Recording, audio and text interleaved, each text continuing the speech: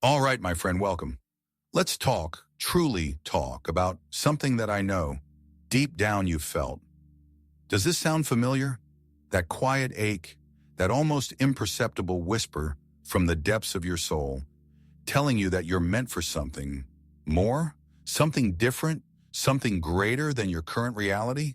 Have you ever set those high aspirations, dreamed of becoming a better version of yourself, kinder, stronger, more patient, more resilient, only to find yourself, time and again, ensnared by the same old habits, the same old reactions, as if an invisible current were relentlessly pulling you back?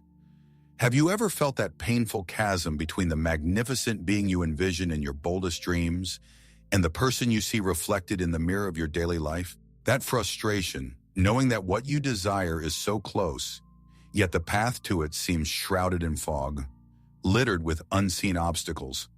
It's that feeling, isn't it? Like standing on the shore of a vast ocean of possibilities, yet hesitating to step into the water, or having stepped in, immediately retreating, startled by the first wave. We live in a world, don't we, that bombards us with promises of quick fixes, of magic pills for happiness and instant success. We're told that some people are just born with it, born strong, charismatic, serene, while others, well, they just aren't. We're conditioned to believe that true transformation requires some extraordinary external circumstances, some perfect alignment of stars that we're perpetually waiting for.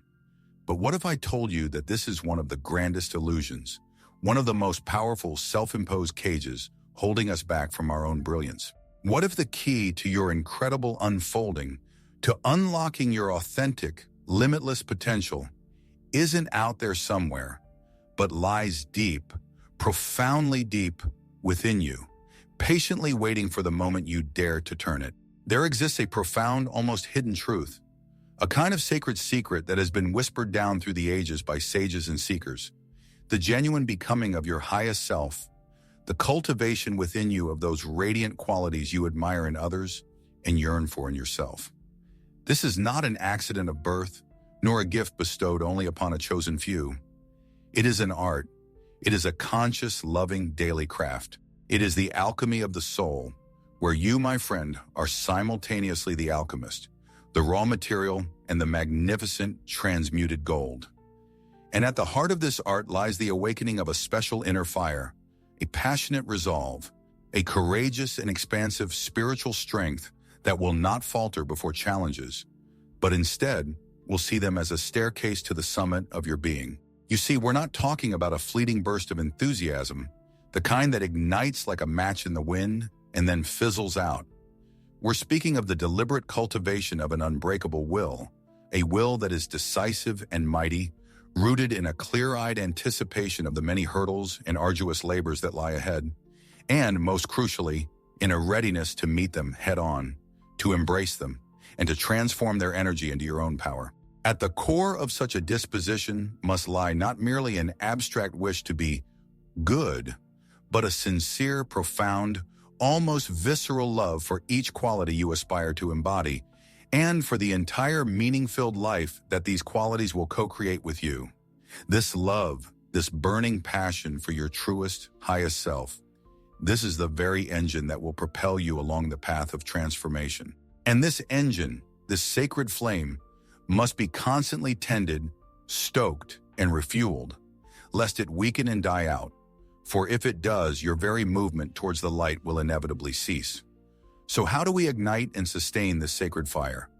How do we ensure it doesn't just smolder, but blazes brightly, illuminating your unique path forward? The first step, foundational and absolutely essential, is to connect deeply and with your whole heart to just how magnificent, how elevated, and how truly essential for you is the life you are aspiring to create by cultivating these inner treasures. Stop being lazy in this. Dedicate real time to heartfelt contemplation, to feeling it in your bones. Imagine what your life will become when you infuse it with, say, unshakable serenity, or genuine compassion, or indomitable courage. How will your perception of the world shift? How will your relationships transform? How will you feel every single morning as you wake up? Understand that in these qualities lie the beginning and the end of your true fulfillment, your blossoming. These are not just abstract virtues, they are the keys to your authentic power and unshakable joy. This connection to your why will become an inexhaustible wellspring of your motivation. The second principle on this journey is the daily ritual of conscious intention and heartfelt reflection. Picture yourself as a gardener, lovingly tending to your garden each morning. So too, every morning, with the full attention of your being, endeavor to foresee and anticipate what situations, what encounters might present themselves during the day as opportunities to express the specific quality you are currently nurturing. Let's say you're working on patience. Consider, where might my patience be tested today? In traffic? In a conversation with a particular colleague? In a challenging task? And don't just think about it. Actively cultivate an inner desire and a firm resolve to act in that way, to embody patience, awareness, and composure. Then in the evening, before you sleep, conduct a gentle, honest inventory of your day. Ask yourself with kindness, were my morning intentions fulfilled? How exactly were they fulfilled? Where did I succeed in expressing my chosen quality? And where, perhaps, did I stumble? This isn't for self-flagellation, understand? It's for learning, for course correction, so that the next morning you can renew your intentions with even greater clarity and a more vibrant determination to manifest them fully. It's like tuning a musical instrument, a little bit each day, and its sound will become ever clearer and more harmonious. A third vital aspect of this path is focused effort. Just as an athlete concentrates on developing specific muscle groups, or an artist hones a particular skill, so too should you direct all your inner resources primarily towards that one virtue, that one shining facet of your character that you've decided to polish at this present time. Don't try to change everything all at once. That's a surefire path to overwhelm and burnout.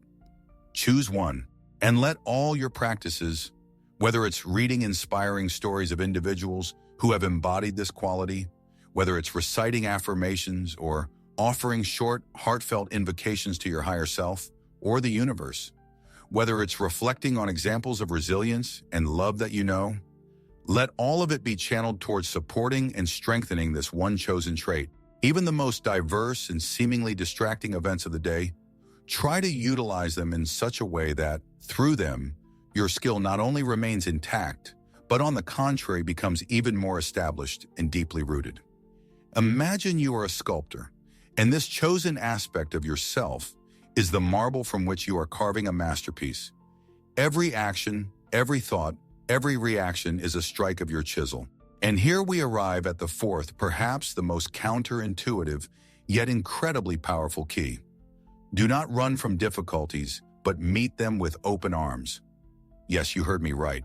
Precisely those situations, those people, those inner impulses that throw you off balance, that challenge your intention. These are your greatest trainers, your most effective teachers. The ultimate aim of your practice, your goal, should be to reach a state where your desired actions, whether internal states or external behaviors, are performed with the same ease, naturalness, and readiness with which you previously engaged in their opposites. Or even better, with the same effortlessness with which we meet the natural needs of our being: breathing, eating, sleeping. This means cultivating these qualities until they become your second nature, your default way of being. And etch this profound truth into your heart. The more internal or external obstacles you encounter on your path to embodying a particular quality, the more rapidly and deeply it will become ingrained in your soul. If you hurl yourself at overcoming them with complete determination and without a shred of self-pity.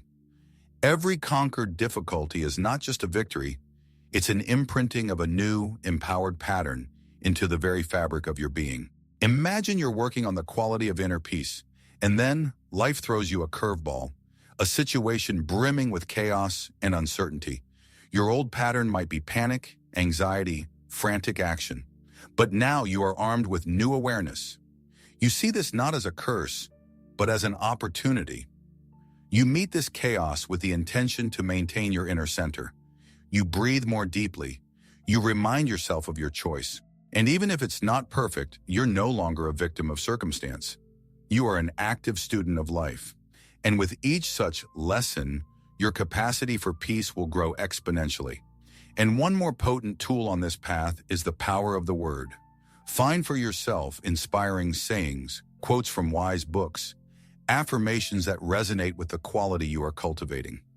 Memorize them, let them be your constant companions, always at the ready. And then, as often as possible, repeat them to yourself, mentally or even in a whisper, especially in those moments when you feel the stirrings of an opposing, unwanted emotion or habit. For instance, if you are working on cultivating patience, you might repeat, "I am calm and patient in the face of any challenge," or "Every trial makes me stronger and wiser," or "I choose peace." These words, spoken with feeling and conviction, possess a truly amazing power. They help to imprint the image of the desired quality in your mind and awaken a living inclination towards it in your heart. And this, my friend, is an immense aid to one who is passionately committed to transformation. You can also create your own brief, heartfelt invocations or mantras welling up from your very core. For example, "Universe, grant me the strength to accept this with peace," or "May love and understanding fill my heart in this situation," or "I choose light, I choose growth." These heartfelt aspirations, full of faith and hope, never go unnoticed. They are like two wings that lift your endeavors. The first conviction is that life itself, the very source of all being, rejoices to see your efforts, your sincere striving toward the light. And the second is that, by passionately desiring perfection in these qualities, you are seeking nothing less than to fulfill your highest purpose, to align not with some external judge, but with your deepest, most divine essence. Now, it's crucial to understand a unique characteristic of this path. The path of spiritual growth, the journey of cultivating inner treasures, is vastly different from ordinary earthly travels. On an earthly journey, when a traveler stops, they lose nothing of the path already covered. The miles remain behind them. But in the spiritual pilgrimage, if one walking the path of self-perfection pauses even for a short time, they don't just stand still. They immediately slide backward. They lose much of what they had so painstakingly gained. Why is this? Because as soon as your conscious effort ceases, as soon as your vigilant aspiration for betterment wanes, as soon as you allow yourself negligence and self-indulgence, those very same old habits and negative patterns which were being suppressed by diligent effort instantly rear their heads. They reanimate, fed by our innate tendency towards sensual pleasures and self-gratification, and stir within us the old disordered impulses and cravings. This is especially true if our external environment also contributes, and such movements always disrupt and weaken good habits, and, what is particularly destructive, they deprive us of that beneficial radiance of inner strength and grace, without which nothing truly good and spiritual can successfully flourish. But there's another astonishing side to this process.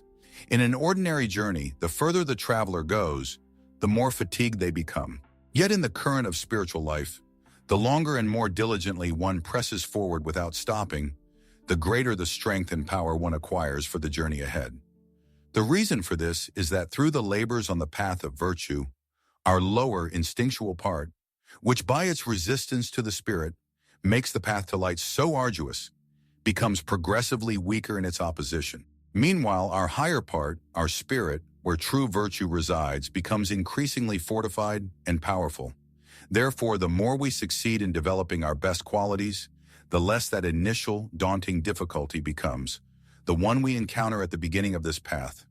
Moreover, a certain hidden sweetness, an inner light and joy begins to mingle with this process, increasing hour by hour. Consequently, by striving forward with ever greater willingness and strength, we easily ascend from one level of perfection to another, finally reaching that summit where the soul begins to express goodness, not from a place of strain, not by compulsion, without any inner taste for it, but with a joyful, natural inclination and delight. For having subdued and conquered its inner shadows, its passions, and having detached from all that is transient, it now lives in harmony with itself and the world, in God, if you will, or in its higher self. And there, amidst pleasant spiritual labors, it continually savors a sweet, abiding peace. This is precisely why, if you genuinely desire to always press forward on the path of self-development without faltering, you must pay close attention and never allow any opportunity that could serve as a catalyst for cultivating your chosen qualities to slip through your fingers. Those who, with all their might, avoid any unpleasantness or difficulty, which, however, could serve their most successful progress, are not serving themselves well. For example, if you wish to acquire the skill of unshakable patience, you should not avoid those people, tasks, or circumstances that most effectively push your buttons and test that very patience.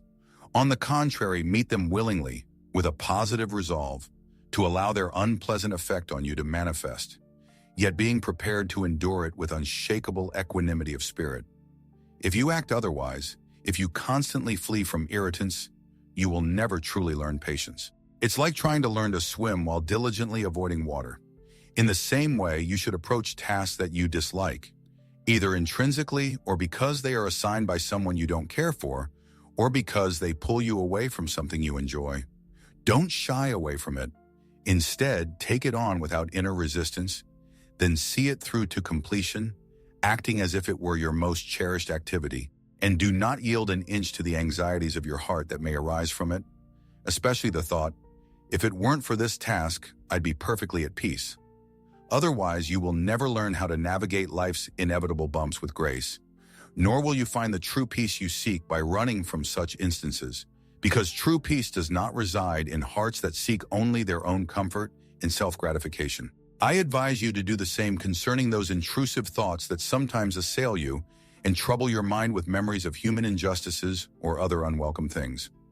Don't hastily try to banish or suppress them by force until they naturally fall away, not from your resistance, but from the patient and conscious way you endure them.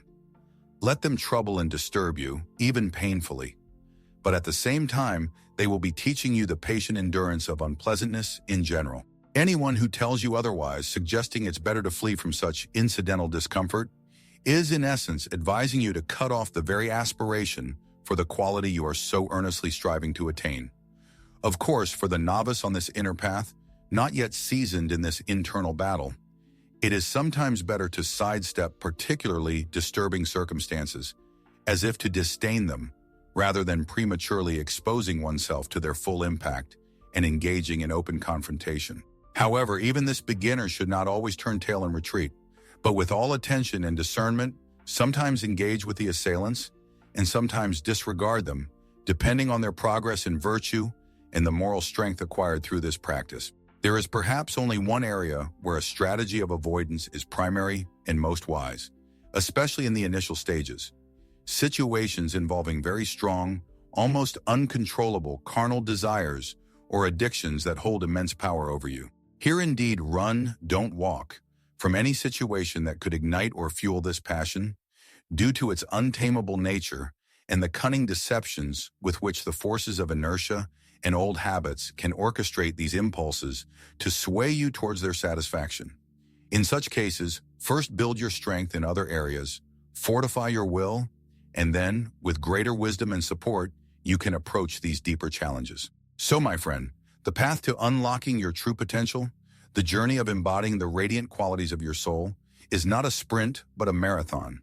It is a daily, conscious choice. It is an art that demands courage, patience, love, and an unshakable faith in yourself. What will you choose today? What one quality will you begin to cultivate from this very moment with a new fiery resolve? What small yet concrete action can you take right now to set this magnificent process in motion? Don't wait for the perfect moment. It has already arrived. Don't wait for inspiration from without. Ignite it from within. You possess far more strength than you realize. Within you slumbers an entire universe of untapped potential, awaiting your decision, your first courageous step. And remember, every step on this path, even the smallest, brings you closer to that magnificent, radiant version of yourself that you were born to be. Begin now, and let your transformation become your greatest masterpiece. You can do this. You are ready. Your time is now.